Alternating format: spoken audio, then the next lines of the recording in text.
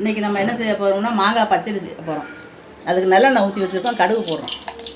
கடுகு நல்லா வெடித்த உடனே பொடியாக வெட்டி வச்சுருக்கிற மாங்காயை போடுறோம்.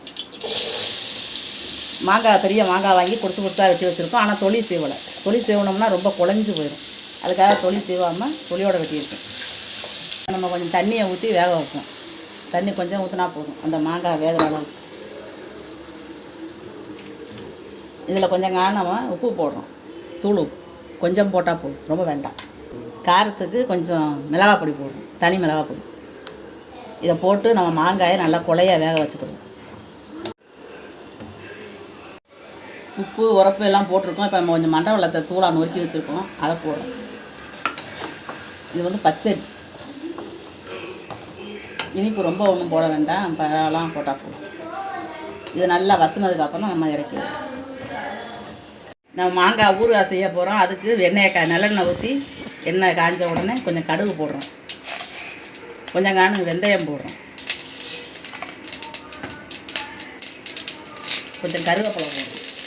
பொரிஞ்சதுக்கப்புறம் மாங்காய் பொடிசாக வெட்டி வச்சுருக்கோம், அந்த மாங்காயை போடுறோம். இதை நல்லா வதக்கிக்கிட்டு கொஞ்சம் உப்பு போடுறோம், கொஞ்சம் மஞ்சள் பொடி போடணும். இதை போட்டு நல்லா வதக்கிக்கிறோம்.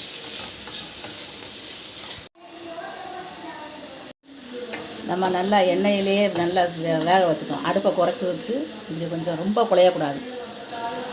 கொஞ்சம் தனி மிளகாய் பொடி போடும், ஏன்னா ஊறுகாய் வந்து கொஞ்சம் காரமாக இருந்துட்டு நல்லாயிருக்கும். கொஞ்சம் பெருங்காயப்பொடி போடும். இதை நல்லா கொஞ்சம் நேரம் அடுப்பை குறைச்சி வச்சு எண்ணெய் தெளிய வைக்கணும்.